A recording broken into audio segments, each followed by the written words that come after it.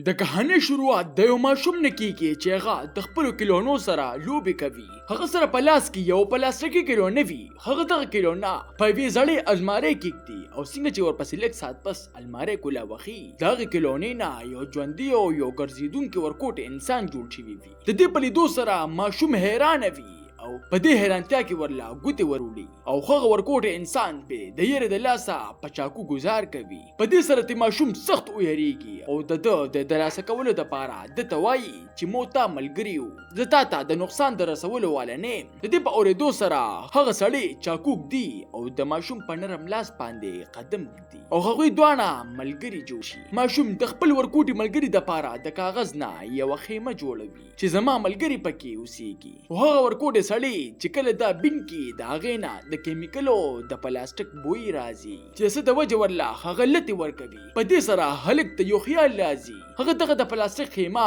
په هغه الماری کې ږدي او ورپسې رابنده کړي او څنګه چې کولا وخی د هغې نه د سرمن یو اصلي خیمه جوړه شوي. دې په لیدو سره هغه سړی حیرانه وي چې ما ته خو اوس خپل اصلي کور میلو شو. هلک هغه لا د ټیډي نوم ورکوي او دوانه جګري مرګري جوړ شي. د شپې په وخت کې هلک ته یو بل خیال راځي چې زبا نور کلونې هم په الماری کې کېږدم او نور مرګري براته هم میلو شي او هغه هم دغه څه کوي. خو کله چې الماری کولو کې نو منظر بدل وي. روبوټ او ډایناسور په خپل منځ کې جنګيږي او امریکایي فوجي پکې ډزې کوي. د الماری نه میدان جنگ جوړ شوی. په دې سره هلک ورپسې الماری بندوي او هر څه خاموش شي او واپس بیسا شي. بیا په سبا باندې ټیډي هلک را پاسوي او ګیله ورته کوي چې په خیمه کې خو سیدل مشکل دي نه پکې سم لاستو ځایشته او نه ورته سمه هوا راځي او زه په خپل ځان لا یو غټ کور جوړول غواړم. هلک را پاسي او خپل انګړ ته وباسي چې دغلته ځان له کور جوړ کړي شي. خو څنګه چې هلک د اوزار وړو د پاره کور ته دن نشي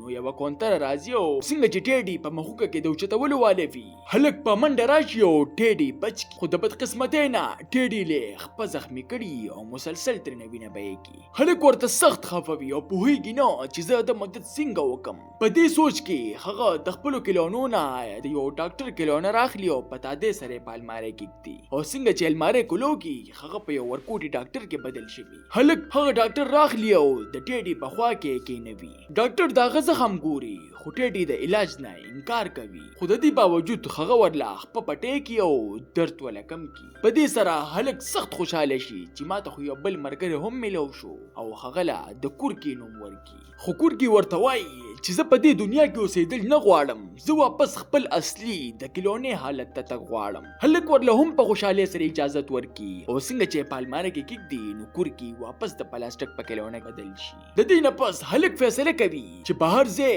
د ټیډي د پاره خطرناک دی. د دې د وجه ورلا کمرې ته دننه خوري او د کور ته جوړولو سامان راوړي. هلک هغه له هر ممکن سہولت ورکول غواړي. د دې د پاره ورلا یو ورکوټ د لیفټ سیستم هم جوړوي چې هغه ته په اوچت ځای کې هم په کار کولو کې اسانه وي. ټیډي ورته وایي چې د لرګو د کټ کولو د پاره ته بر پکار دی. هلک سوچ کوي چې ما سره خو د یو جنگي سپی کلونه هم شته. بیا هغه دغه کلونه په الماری کې ږدي چې په کولا وخلو سره ژوندی شي. هلک ترنه پتا دې سره تبر راکاږي او دوباره ورپسې الماری بندګي او هغه سره اوس یو پورا اصلي ورکوټ تبرو چې کم د ټیډي د لاسونو د پاره مکمل برابرو. ټیډي کار شروع کی او په وړو وړو لاسونو لرګي کټ کوي او بیا لرګي په خپل منځ کې تړي او یو شکل ولا ورکی او په مزه مزه ترنه یو ښکلی کور جوړ کی. څنګه چې هلک د سکول نه راځي نو په منډه منډه کې خپل کتابونه غورځوي او دل راشي او د کور په لیدو سره د خوشحالۍ نه خوله نه راټولیږي او هغه ته داسې لګي چې د ټیډي په کور کې اوس هم د یو شی کمی دی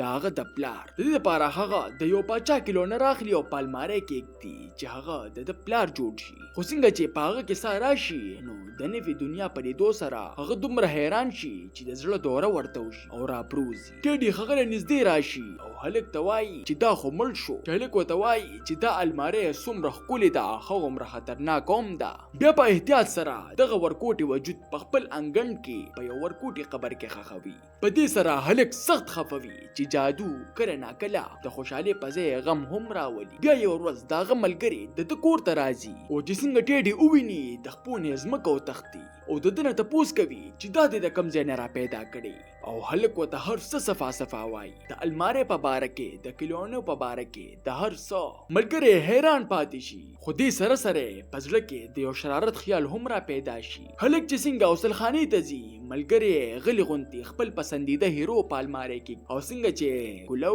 کې خو هیرو د اثري په فلمي انداز کې بار ته راوځي خو اسه ویریږي او دیخ کتر غورځوي خو په سناسه طریقې سره هلک بچ کی خو به هوش شي خو څنګه چې پوش کې راشي نو فورن بل وړه تمانچر وباسي او خپل مخ ته په غټو انسانانو ډزې شروع کی په ګولې باندې دغه ملګری په مخ ولګي خو په هوش قسمت سره د تمانچې زور دومره نه وي او نقصان لکو شي د هیرو یو غوسناک انسانو خيږي او څنګه چې ټیډي وویني بغیر د سوجې پاغه ډزې شروع کی په دې سره هلک فورن هیرو چې تویو په دراز کې بند کی ویتل اول لک سوچ وکا چې دا ته کیس خو په سبا باندې دراز د مخ کې نه کولوي او د بوټان د مزي په مدد سره لاندې راکو شوی وي او ټیډي او هیرو دوانه په خپل منځ کې په جګړه شوی وي یو سره تمانچه وي او بل په غشو گزارو نه کوي ټیډي د لرګي د شاته پناغستی او هیرو د بوټ د شاته په یو بل ډزې کوي چې په دې کې د ټیډي د غشونه د هیرو اس او یریږي او منډه کی هیرو یې رامنه کوي چې ټیډي د دې موقع نه فائدہ واخلي او